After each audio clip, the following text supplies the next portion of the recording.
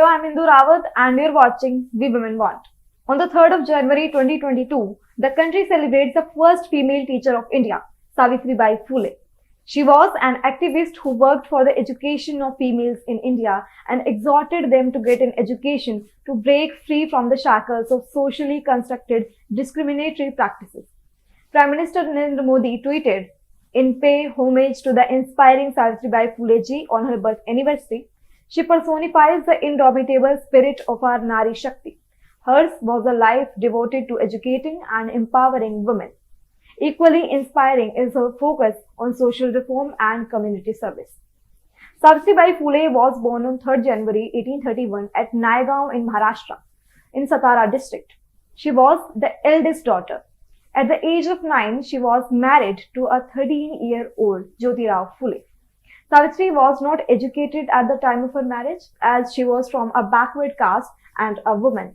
The dominant Brahmin class did not allow men from backward caste communities and women to get an education.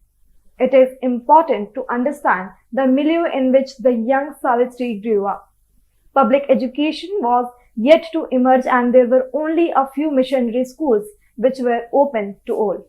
Brahmins were the only caste group that received an education and could take a lead in setting up schools. This was the context in which Jyotiba at the age of 21 and Savitri at the age of 17 opened a school for women in 1848. It was the country's first school for women started by Indians. Savitribai Phule was taught by Jyotiba at their home. Later, she took a teacher's training course at an institute run by an American missionary in Ahmednagar in Pune. She then started teaching girls in Pune's Maharwada, along with Sagunabai, a revolutionary feminist and a mentor to Jyotiba. Soon after, the Phule couple along with Sagunabai started their school at Bhidewada, the home of Tatya Sahib Bhide.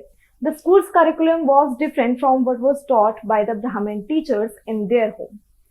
It included the mathematics, science, and social studies instead of Brahmanical texts like Vedas and Shastras.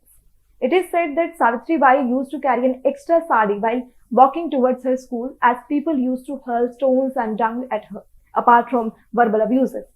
By the end of 1851, the Phules were running 3 schools in Pune with around 150 girl students. The teaching methods at their schools were believed to be better than government schools, and soon the number of girls enrolled in Phule's schools outnumbered that of the boys in government schools. In 1849, Jyotiba's father asked the couple to move out of his house since the work they were engaged in was considered a sin according to Brahmanical texts. They stayed with the family of a friend of Jyotiba's, Usman Sheikh, where Savitribai met Fatima Begum Sheikh. Fatima Sheikh knew how to read and write already. Her brother Usman, who was a friend of Jyotiba, had encouraged Fatima to take up the teacher training course.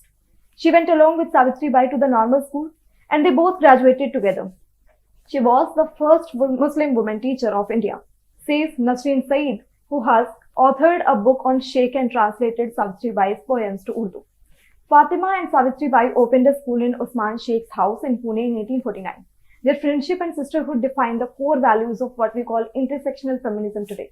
In the 1850s, the Phule couple initiated 2 educational trusts, the Native Female School, Pune, and the Society Promoting the Education of Maharaj, a monks and etiquette trust, which came to have many schools under them.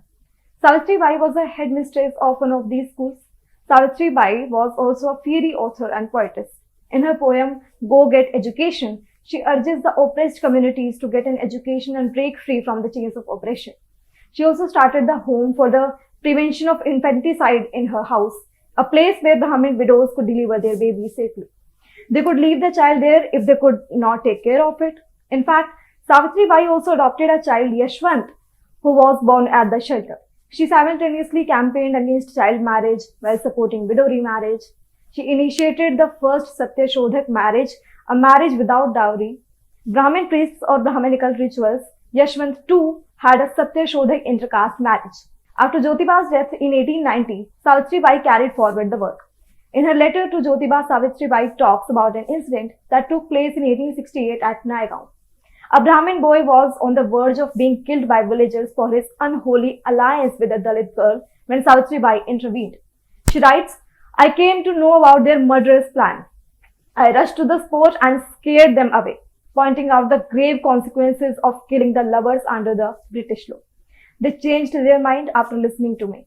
Savitribai Phule died on 10th March 1897 while caring for a patient in the clinic she had opened for the treatment of those affected by the bubonic plague. Her achievements were diverse and numerous, but they had a singular effect, posing a brave and pioneering challenge to Manowadi culture. Fatima Sheikh, Sagunabai and Savitribai Phule are indeed the reason why women are getting an education today. They are feminist icons who defined intersectional feminism through their lives and worked back in the 19th century, much before the phrase became a buzzword on Twitter. In 2014, the University of Pune was renamed Savitribai Phule University in recognition of her life and work. It is ironical that the mainstream feminist movement in India does not acknowledge much these women. Instead, the role is confined to the work done for certain communities. We need to understand that we cannot fight for women's rights without acknowledging the intersections of gender and caste. One can hope that Savitribai Phule's birth anniversary this month is a timely call to follow the lead given by Bahujan women in the fight for smashing patriarchy. That's all for today's video. I hope you like it. I will come back soon with yet another story. Till then, stay tuned, keep watching us, We Women Want. Thank you.